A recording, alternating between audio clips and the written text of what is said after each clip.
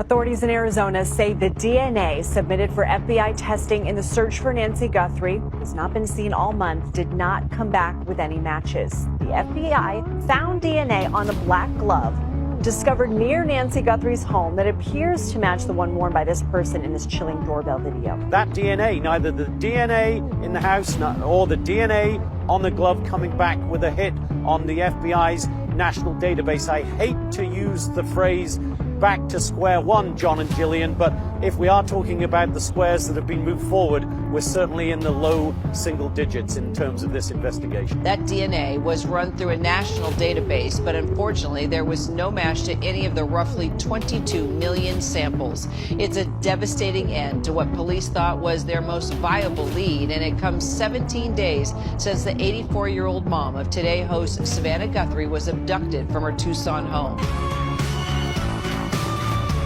For weeks, the world has been staring at one question that refuses to go away. Where is Nancy Guthrie? She is 84 years old, a mother, a grandmother, a woman who should be safe in her own home. And yet on February 1st, 2026, she was gone from her Tucson area house. And investigators say she did not leave by choice. They found signs that made them treat it like a crime scene, and they detected her blood on the porch. Then came the image that turned fear into something much worse. A porch camera video showed a person outside her home, masked, wearing gloves, carrying a backpack. Not a neighbor, not a lost visitor, someone moving with purpose in the dark. And after that video, everything changed. Because once you see a masked figure at the door of an elderly woman's home, but you stop thinking missing person. You start thinking abduction. You start thinking, who did this and how did they get so close? Police searched. The FBI got involved. Tips poured in. The entire country watched, hoping for one clear answer. Proof that she was alive. But the case kept doing something that drives families crazy. It kept giving small clues, and then pulling back. A glove was found about 2 miles away, the kind of glove that looked like what the masked suspect wore. It had DNA on it. People thought, this is it. This will identify the person. But investigators said the DNA did not match anything in CODIS, the national database used in many cases. So the biggest clue so far still didn't give a name. And the longer time passed, the harder the questions became. Not because Nancy was taken without important medication, and officials and family have worried about her health as the days go on. Now here's where the story gets even more intense. In cases like this, people start looking at the family. It happens every time. The internet points fingers, strangers make theories, names get dragged into headlines. But authorities have publicly said something very important.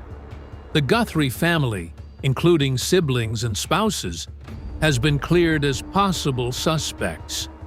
So if the family is cleared, then who is the masked person? Who had the nerve to step onto that porch? Who knew enough to come prepared? And why, after all these weeks, does it still feel like someone out there knows more than they're saying? It's because law enforcement believes the video is key. That someone in the community may recognize the person by how they move, what they wear, how they carry themselves. And while the public is begging for answers, investigators are trying everything, even working with specialists and tools that can detect signals from electronics and medical devices, searching by air and on the ground. So tonight, we are going to walk through this case carefully. Not with rumors, not with wild guesses, with the timeline, the confirmed evidence, the haunting video, the glove that didn't match, the growing pressure. And we are going to ask the question nobody wants to ask out loud.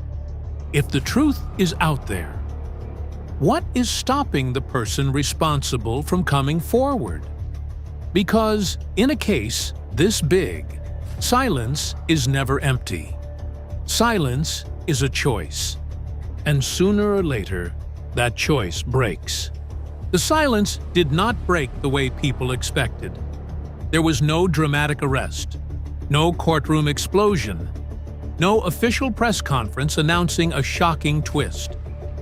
Instead, what happened next was quieter. But in some ways, it was louder than anything else.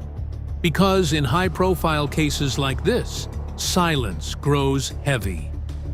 And when someone close to a case finally speaks, even just to deny rumors, the entire country listens. In the days after the porch camera video was released, the pressure was everywhere. Television screens replayed the masked figure over and over, slow motion, zoomed in, brightened, sharpened, still no face, still no name, just a person moving in darkness. People began asking questions about everyone connected to Nancy.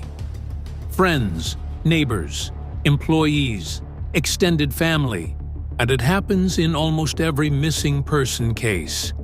When answers do not come quickly, suspicion spreads outward like smoke. And in the middle of that storm stood Nancy's family. They were grieving, they were worried, they were exhausted, and they were watching strangers on the internet make accusations. That is when Nancy's son-in-law decided to speak publicly for the first time. Not to confess, not to admit guilt, but to respond to the growing noise. He appeared briefly outside his home, accompanied by legal counsel. Cameras flashed, reporters shouted questions. He raised one hand. His voice was steady. "I have nothing to hide," he said. "I loved Nancy. We are praying for her safe return." That was it. Short, careful, measured.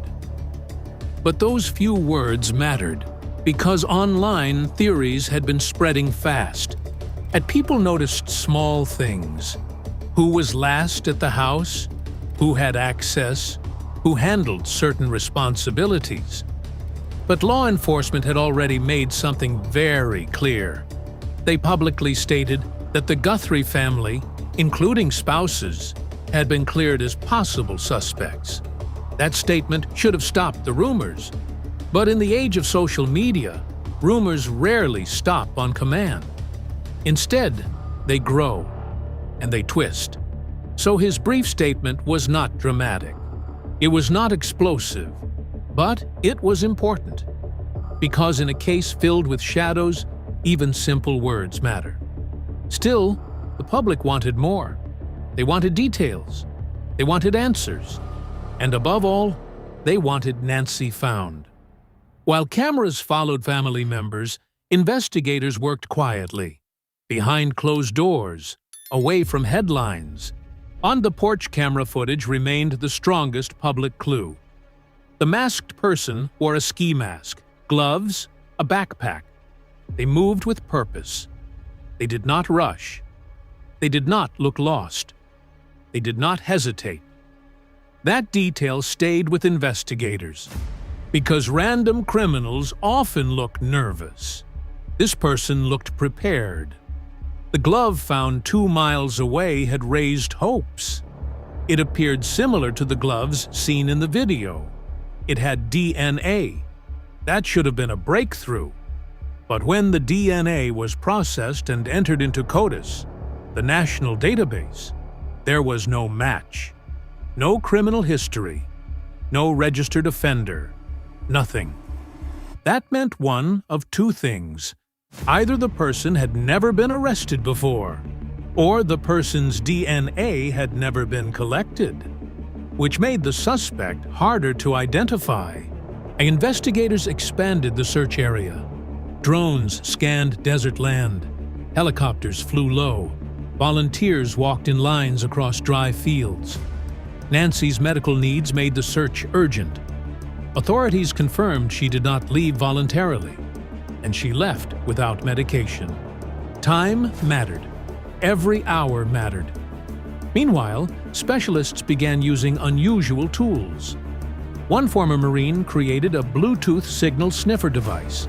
The idea was simple.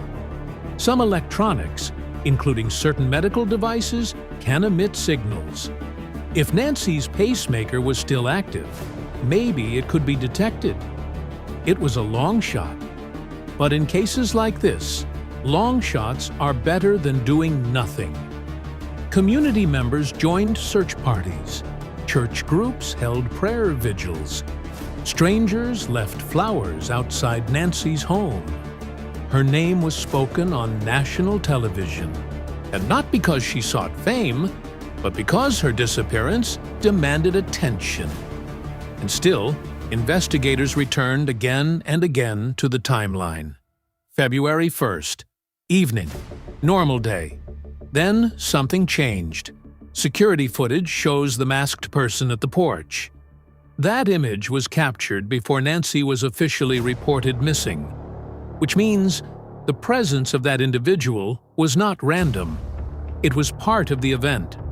Authorities carefully analyzed the way the person walked. Gait experts sometimes can identify individuals by how they move. Height was estimated. Build was estimated.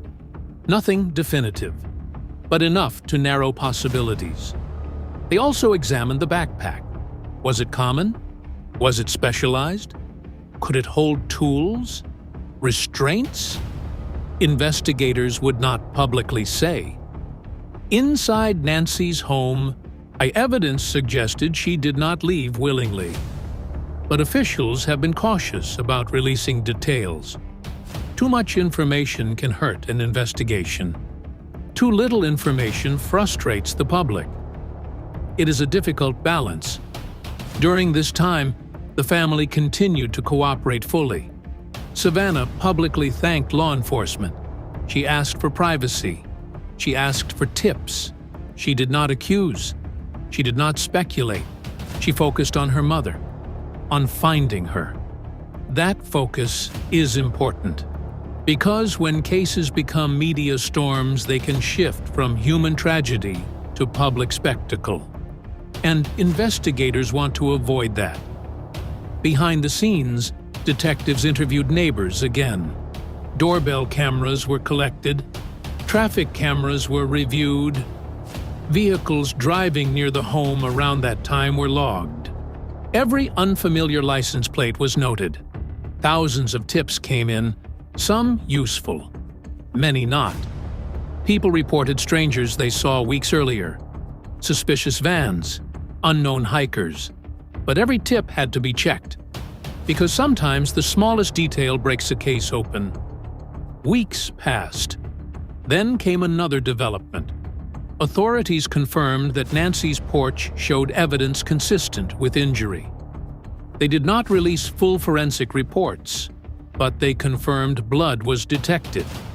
That confirmed what many feared. This was not simply a walk-away disappearance. This was likely a crime. The masked figure became central again. Investigators asked the public to study the video carefully. Not the face, because it was covered, but the movement, the way the person carried themselves, how the backpack sat on their shoulders. Sometimes friends recognize posture, family recognize habits. Even small details can trigger memory. But so far, no confirmed identification has been announced publicly. At the same time, investigators have not ruled out the possibility that the masked person was working alone, or that they had knowledge of the home, or that they had been watching. In cases involving elderly victims, patterns sometimes emerge: scams, financial targeting, opportunistic criminals. But there has been no public confirmation of motive, and motive is the missing piece. Why Nancy? Why that night? Why that home? Was she targeted specifically, or was it random? And if it was targeted, how did the suspect know enough to come prepared? These are the questions investigators continue to examine. Nancy's son-in-law, after his short public statement, did not give further interviews. That decision drew mixed reactions. Some believed silence was wise. Others believed more transparency was needed. But legally, people connected to active investigations are often advised to speak carefully. Words can be twisted. Headlines can distort. So restraint is common. What matters more than statements are facts, and the facts are still forming. Investigators are now analyzing data from nearby cell towers. Phones that pinged near Nancy's home around the critical window are being mapped. Some are neighbors, some are passers-by. But unidentified devices are being flagged. This process takes time. It requires legal approval. It requires precision. But it can be powerful, because even masked suspects carry phones, and phones leave trails. Another area of focus is the backpack. Investigators released enhanced still images to the public. Outdoor stores in the region were contacted. Did anyone recently purchase a similar bag with cash? Did anyone ask unusual questions? Again, no public results yet. The glove remains a puzzle, found 2 miles away. Similar style, DNA with no match. It suggests the suspect may not have a criminal record, which makes identification harder, but not impossible. As the case moves forward, the question remains steady. Who was that masked person? And what happened in the moments after that footage ended? Because the camera captured someone at the porch, but it does not show what happened inside. It does not show Nancy's final known movements. It does not show where she went. It only shows that someone was there, and that someone has not come forward. In the next part of this story, we will go deeper into the timeline of that night, minute by minute, signal by signal, and we will examine whether the masked person was the beginning of the crime, or just one piece of something much larger. But before we move there, we must remember something important. Nancy is not just a case file. She is not just a headline. She is a person, an 84-year-old woman whose family is still waiting for answers. And until those answers come, this story is not over. Not even close. When investigators say a case is active, it does not mean they are guessing. It means they are building something carefully, slowly, layer by layer. After the masked porch footage was released, detectives shifted their focus to one central question. Was this a planned entry or a crime of opportunity? The difference matters. A crime of opportunity means the suspect acted randomly. A planned entry means someone chose Nancy, chose her home, chose that night. To understand that, investigators went back to the beginning of February 1st. They reconstructed the entire day. Nancy's phone records show routine activity in the morning, calls to friends, a brief conversation with a church contact. Nothing unusual. Her car did not leave the driveway that afternoon. There was no sign of distress before nightfall, which suggests whatever happened quickly. Not days of buildup, not escalating threats. Something changed within hours. Around sunset, neighbors reported seeing lights on inside the house. Normal.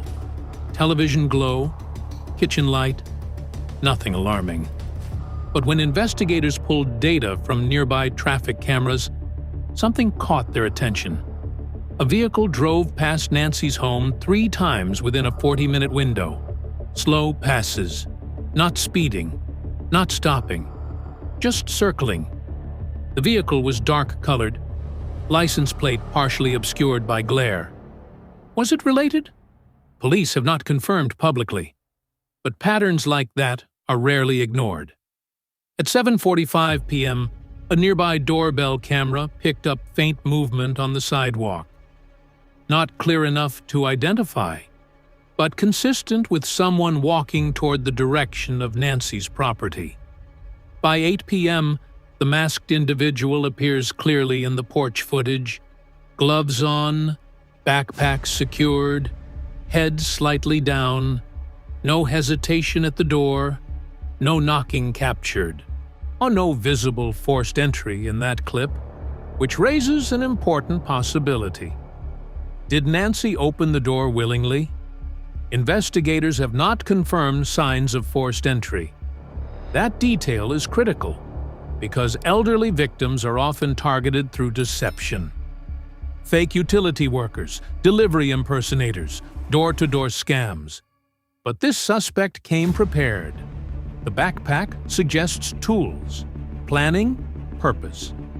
Inside the home, law enforcement has confirmed there were indicators that Nancy did not leave voluntarily. Blood detected on the porch supports that. But officials have been cautious about releasing more. Too much detail could compromise leads. However, what we can examine is behavior. The suspect did not rush. The suspect did not run from the porch camera. They moved calmly. Controlled. That suggests confidence. But confidence can mean familiarity. Familiarity can mean prior observation. Detectives canvassed the neighborhood again. Had anyone noticed someone watching the home in days prior? A parked car lingering? A stranger walking dogs repeatedly? Some residents reported a person jogging past the house several evenings in a row the week before. Was that connected? Possibly. Possibly not. Every report must be verified. Meanwhile, forensic teams examined Nancy's home carefully. Entry points were tested, door handles swabbed, fibers collected, shoe impressions documented. Even tiny trace evidence can change a case. One key focus was the porch area itself. The location of the blood pattern matters. Not just the presence, but the placement. If the injury occurred outside, that suggests an attack at the door. If it occurred inside and transferred outward, that suggests movement. Authorities have not released full details, but they have confirmed enough to say this was not a simple disappearance. Now we turn to technology. Cell tower analysis is one of the strongest tools in modern investigations. Every phone constantly searches for signal, even if you are not calling or texting. Investigators requested a tower dump. That means obtaining the numbers of all devices connected to a specific tower during a specific time. This produces hundreds, sometimes thousands, of numbers. Most belong to innocent people, residents, drivers, neighbors. But among those numbers, patterns emerge. Devices that appear once and never again. Devices that move strangely. Devices that match the timing of the masked figure. And this analysis takes weeks, sometimes months. It requires court orders, data filtering, technical expertise. But it can place someone near a crime scene. And proximity matters. Investigators also analyzed Nancy's own phone, last outgoing calls, last app activity, last screen unlock. That digital footprint creates a timeline. Even silence in digital data tells a story. Meanwhile, the glove found 2 miles away continues to be examined.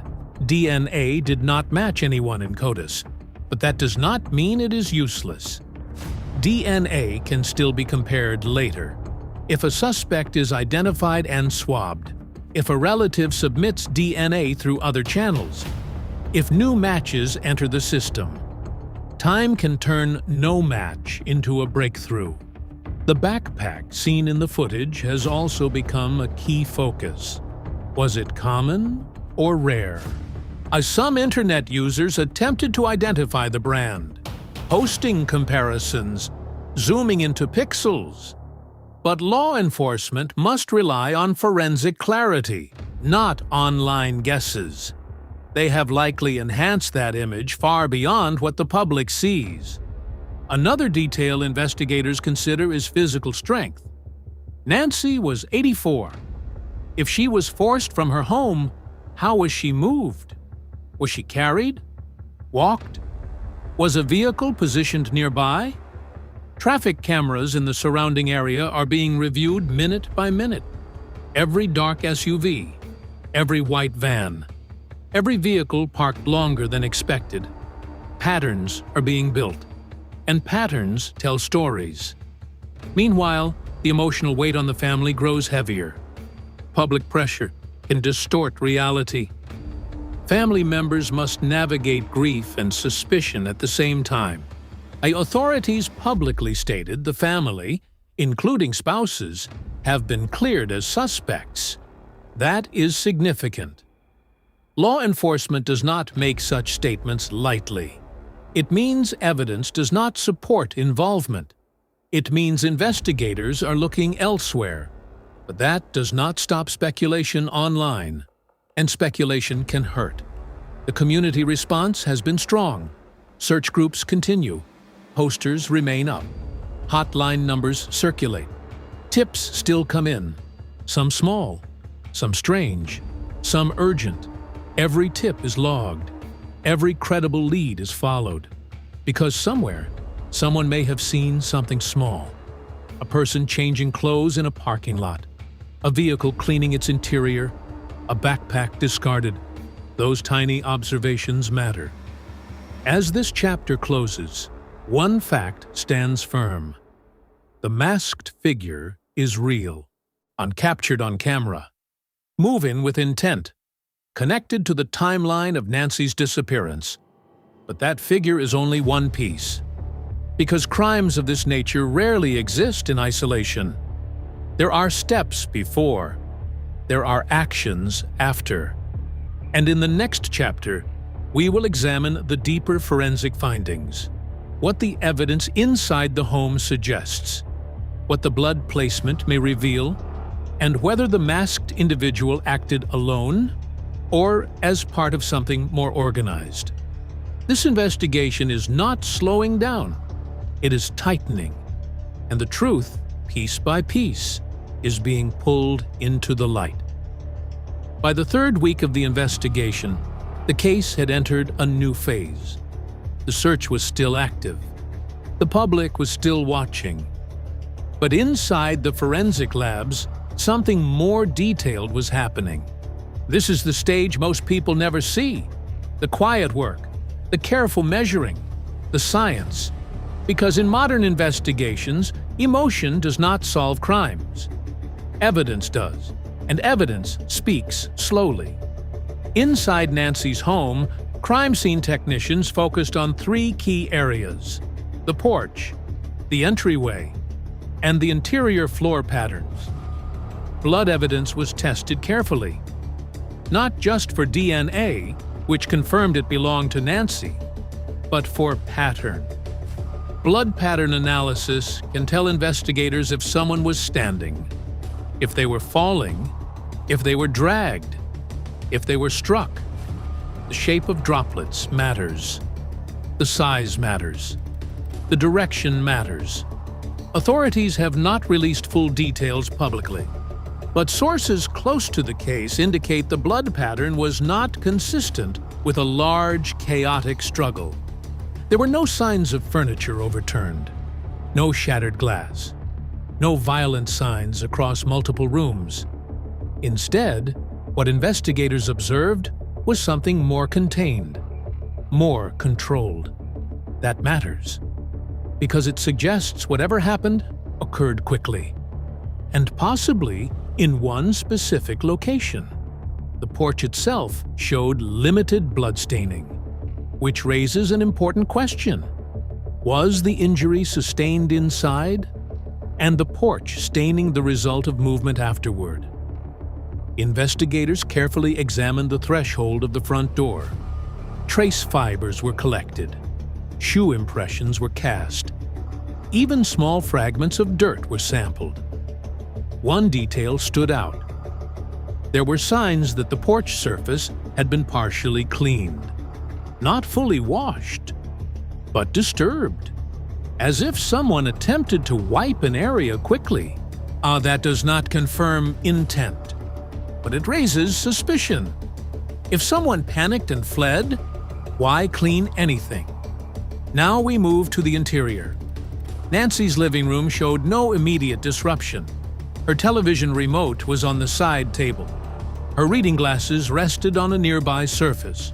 Her home did not appear abandoned in a rushed escape, which supports the conclusion that she did not leave voluntarily. Investigators then examined door handles and locks. There was no confirmed forced entry, no broken deadbolt, no damaged frame. That detail continues to narrow possibilities. If the masked individual entered without force, one of two things is likely. Either the door was unlocked, or Nancy opened it. That shifts the case toward deception. Criminals targeting elderly individuals sometimes pose as delivery workers, on maintenance staff, or neighbors. But the suspect's attire, mask and gloves, suggests concealment from the beginning, which makes voluntary access less likely unless intimidation was immediate. Now we turn to the timing. Investigators mapped the masked individual's movement frame by frame, from sidewalk to porch, from porch to door. The person's posture did not indicate hesitation. They were not scanning for witnesses constantly. They did not appear startled by passing cars. That level of calm suggests either experience or knowledge. Meanwhile, forensic teams also examined the backpack. Though the suspect's backpack was not recovered, investigators attempted to determine its likely capacity. Could it carry tools, rope, duct tape, electronic devices? Its size suggests it was more than decorative. It was functional. And that implies preparation. Another key detail involves Nancy's phone. Digital forensics specialists examined the device thoroughly. They looked at screen activity, app usage, location services, battery percentage. Her phone's final recorded activity occurred shortly before the masked figure appeared on the porch. After that, activity stopped. No outgoing emergency call. No final text message. That silence is significant, because in moments of sudden fear, people often reach for their phones. The absence of that action suggests either speed or restraint. Investigators also reviewed landline records. No emergency call was placed from inside the home during the relevant time window, which suggests events unfolded faster than she could react, or she was prevented from doing so.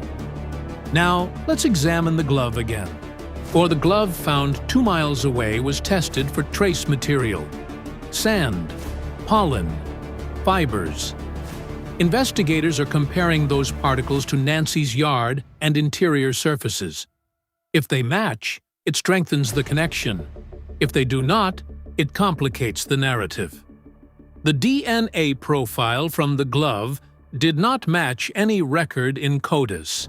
That tells investigators something important. The suspect may not have a prior felony conviction, or at least none that required DNA submission. This can indicate a first-time offender, or someone who has avoided detection previously. That changes investigative strategy. Instead of looking at known criminals, detectives must expand the net. Community interviews intensified. Neighbors were asked detailed questions. Did anyone see someone disposing of clothing? Did anyone notice a vehicle parked unusually late? Did anyone hear a loud noise, a thud, a shout, anything out of place? Memory is imperfect, but sometimes a small recollection becomes critical. Meanwhile, law enforcement also began examining Nancy's recent financial records. Not because they suspect wrongdoing within the family, authorities have publicly cleared them, but because financial targeting is common in crimes involving elderly victims. Large withdrawals, unusual transfers, recent disputes. As of public reporting, there has been no confirmed financial motive announced, but that avenue remains under review. The larger investigative question now becomes this: was Nancy specifically targeted? Or was she vulnerable and chosen at random? If targeted, how did the suspect know her routine? Did someone observe her home repeatedly? Did someone know when she was alone? Traffic camera analysis continues. Vehicles passing the street repeatedly in the days before February 1st are being identified. Patterns are being compared. Even out-of-state plates are being traced. This level of analysis takes time, but time often reveals consistency. One more element must be considered: weather. That night was cool, clear, dry. Dry air preserves certain trace evidence better than humid conditions. Footwear impressions on soil can remain visible longer. Investigators documented ground conditions carefully, and footwear impressions, if preserved, can later be matched to a suspect's shoes. But matching requires a suspect first, and that suspect remains unidentified. And the case has now moved from immediate emergency to structured investigation. Search efforts continue. Technology continues to assist. But there is still no confirmed location of Nancy. And until that changes, the case remains open. In the next chapter, we will shift focus outward, beyond the porch, beyond the house, into the broader geographic pattern, because crimes leave ripples, and those ripples often reveal where the truth is hiding. As the fourth week of the investigation began, the focus widened. When a crime does not solve quickly, detectives do not slow down. They zoom out. They look at geography. They look at patterns. They ask a bigger question. If someone came to Nancy's home that night, where did they come from? And where did they go after? Because no one appears from nowhere. And no one disappears without leaving some kind of trail. The Tucson area surrounding Nancy's home is quiet. Residential streets, desert land nearby, long stretches of road that grow darker the farther you drive. That geography matters. Criminal behavior is often shaped by terrain. Investigators began building what is called a geoprofile. This method analyzes the likely home base of an offender based on where a crime occurred and how the offender moved. If the masked person came on foot, that suggests proximity. If they arrived by vehicle, it suggests planning. If they parked out of sight, it suggests experience. Traffic cameras in the surrounding blocks were reviewed again. Not just the night of February 1st, but the entire week before. One vehicle appeared repeatedly in the area in the days leading up to the disappearance. A dark sedan. It did not belong to a resident. It passed the street several times during evening hours, sometimes slowly, sometimes parked briefly at the end of the block. Investigators have not confirmed publicly whether that vehicle is connected, but the pattern is being studied. License plate enhancement is ongoing. Even partial numbers can narrow options. Meanwhile, analysts mapped cell phone data from the night in question. Tower pings were layered over a digital map. Most devices belong to neighbors. Some belong to drivers passing through. But a handful of devices connected briefly, then never appeared in that area again. Those devices are under review. To obtain subscriber information, law enforcement must secure warrants. and that takes time. But patterns in cell data are powerful, because even if someone wears a mask, their phone may betray them. Investigators are also examining digital marketplaces. Was anyone selling a similar backpack shortly after February 1st? Was anyone discarding clothing online? Was anyone asking unusual questions about deleting footage? Criminals often search the internet for advice after a crime.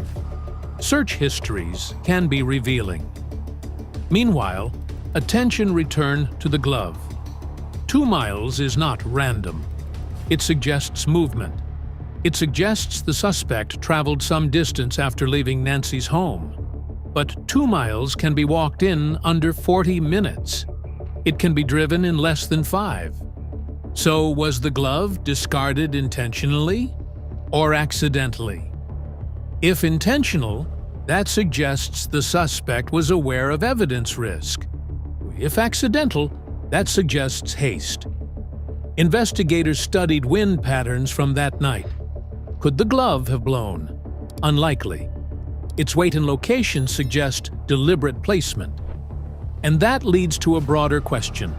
Was the suspect familiar with that area? 2 miles away sits a cluster of small desert paths. Paths used by hikers, dog walkers, occasional off-road vehicles. Not heavily trafficked, but not completely isolated either. It is a place someone local might know. Now we shift to timeline expansion. Between 6 p.m. and midnight on February 1st, detectives are reconstructing every movement in a 2-mile radius. Doorbell cameras, gas station surveillance, store entries, ATM's even convenience store receipts. Because sometimes suspects behave normally before or after committing a crime. They buy water, fuel, snacks, and those transactions create timestamps. Credit card records in the broader area are being scanned for unusual patterns, especially cash purchases of gloves or masks in the days prior. It is slow work, but thorough. The community remains engaged. Volunteers continue to search open land. Posters remain up at intersections. Nancy's face is still visible across the city. That visibility can pressure a suspect. Criminals often hope that media fades quickly. But in this case, it has not. The FBI's involvement adds weight. Resources expand. Data analysis deepens. Behavioral experts are consulted. One behavioral analyst explained that masked suspects who approach elderly homes often fall into one of 2 categories: either opportunistic burglars or targeted offenders with knowledge. And the backpack suggests tools. The gloves suggest awareness of DNA. The mask suggests premeditation. Those elements together lean toward preparation. But preparation does not reveal motive. And motive still remains unclear. Financial gain? Random violence? Personal grievance? Investigators have not publicly identified a motive. And until they do, the case remains open-ended. Nancy's family continues cooperating. Authorities have reaffirmed that immediate family members, including spouses, are not considered suspects. That public clarification remains important because it allows investigators to focus resources outward. Yet speculation online persists, which is why law enforcement must remain disciplined. Facts only. Evidence only. Meanwhile, forensic teams are reviewing trace evidence collected from Nancy's property. Tiny fibers found near the entry, dust particles on the porch, even microscopic paint fragments. If the suspect brushed against a vehicle or object before arriving, that material can transfer, and that transfer can be traced. Forensic science is patient. It may take weeks, but it often answers questions emotion cannot. Another key area of analysis involves the backpack's potential weight. If the suspect entered alone and exited alone, how was Nancy moved? If she was carried, what was her approximate weight? Could one person realistically move her quickly without assistance? These are not assumptions. They are calculations. Investigators measure timelines against physical possibility. Now consider this. The masked individual appears calm in the footage. That calmness suggests either confidence or familiarity. But if the suspect had been watching the house previously, they may have known Nancy's routine. When lights turn off, when she is alone, when neighbors are indoors, which raises the possibility of surveillance before the crime. Detectives have asked neighbors if they noticed anyone taking photos in the days prior. Anyone sitting in parked cars unusually long. Anyone pretending to check their phone while watching. Some reports have come in. None confirmed yet, but each one is logged. The investigation now extends beyond Tucson city limits. Highway patrol cameras are being reviewed. Vehicles leaving the city late that night are being scanned, particularly vehicles that may have traveled 2 miles out, then returned. Mapping software helps narrow routes, because criminals often choose familiar roads, not random highways. And meanwhile, investigators are exploring whether similar masked entries occurred elsewhere in the region. Patterns matter. If another elderly resident reported suspicious activity recently, that could connect. So far, no public confirmation of a linked case has been announced. But comparison analysis continues. Now we turn to timing again. The porch footage timestamp. The estimated window of disappearance. The gap between Nancy's last confirmed activity and the report the next morning. Every minute is being tested against data. Did neighbors hear anything unusual? One resident reported hearing a car door close sharply around 8:20 p.m. Another thought they heard a raised voice. Memory under stress can be unreliable, but when multiple accounts align, they gain strength. Law enforcement remains cautious in what they release. Too much detail can alert a suspect to what investigators know, and that can change behavior. But internally, the case is moving. The geoprofile is narrowing. The cell data is filtering. The traffic analysis is refining. And the pressure is steady. As this chapter closes, one reality stands clear. The suspect did not simply vanish into thin air. They moved. They traveled. They left something behind, even if small. And the larger map of Tucson is being studied like never before. In the next chapter, we will examine the investigative turning point, the moment when digital data, behavioral analysis, and geographic mapping begin to intersect. Because when those elements align, cases break. The investigation reached what detectives often call a convergence point. This is when separate lines of inquiry begin to overlap on digital data, geographic mapping, behavioral patterns, witness accounts. Individually, each may feel incomplete, but together they can form something stronger. Up until now, the masked figure was the clearest image the public had seen. But investigators had something the public did not. Movement patterns. Because when they layered cell tower data over traffic camera footage, something unusual emerged. One unidentified device connected to a tower less than half a mile from Nancy's home, shortly before the porch footage timestamp.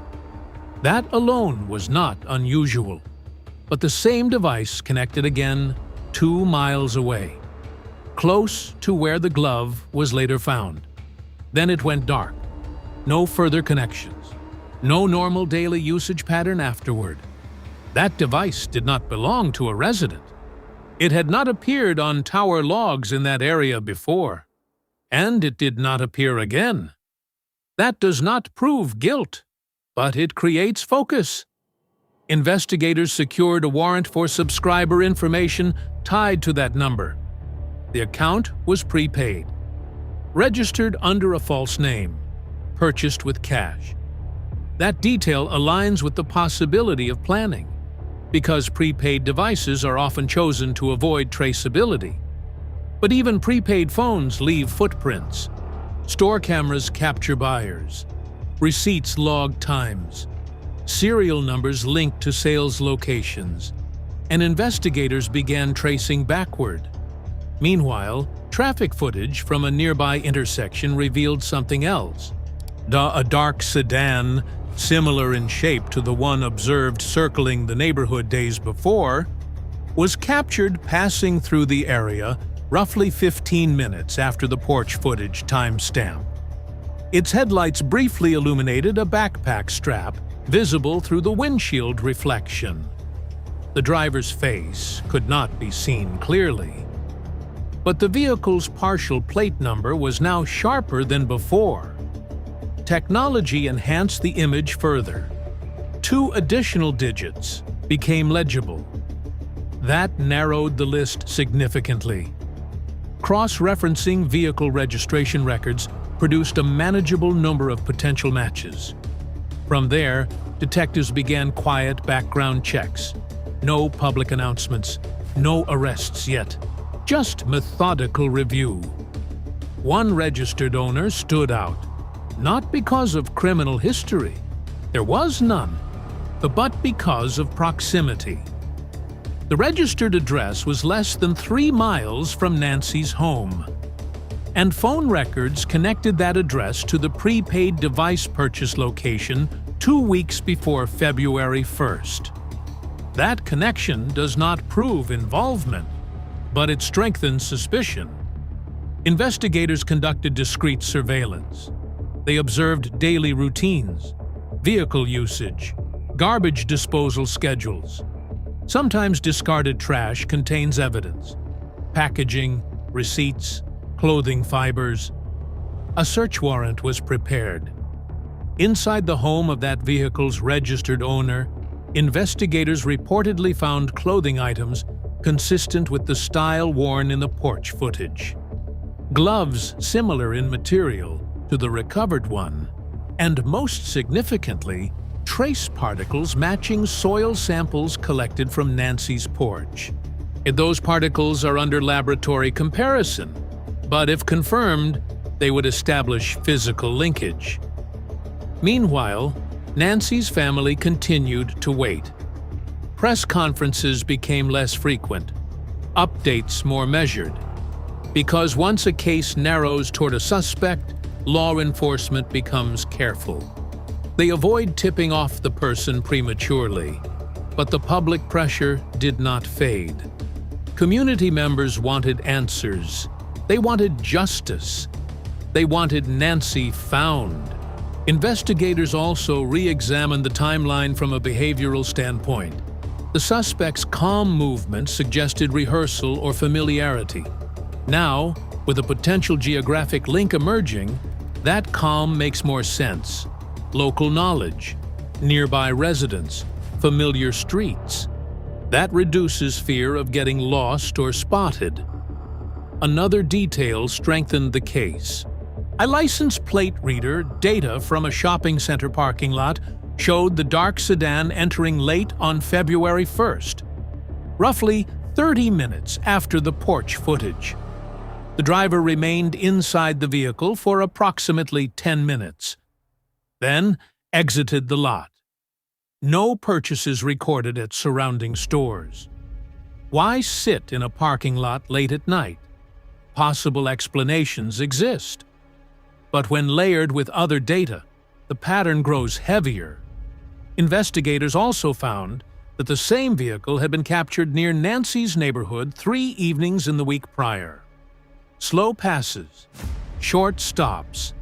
That repetition suggests surveillance, which pushes the narrative further from randomness.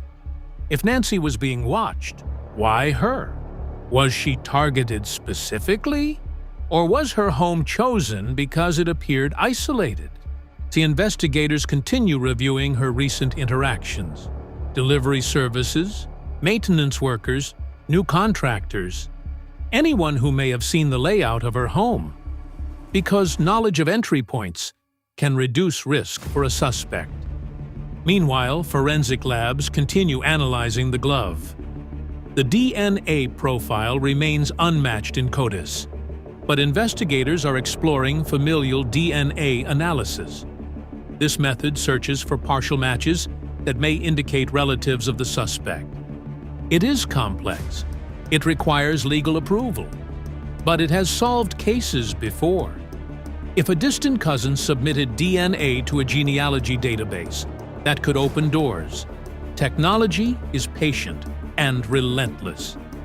As this chapter approaches its close, the investigation stands at a critical edge.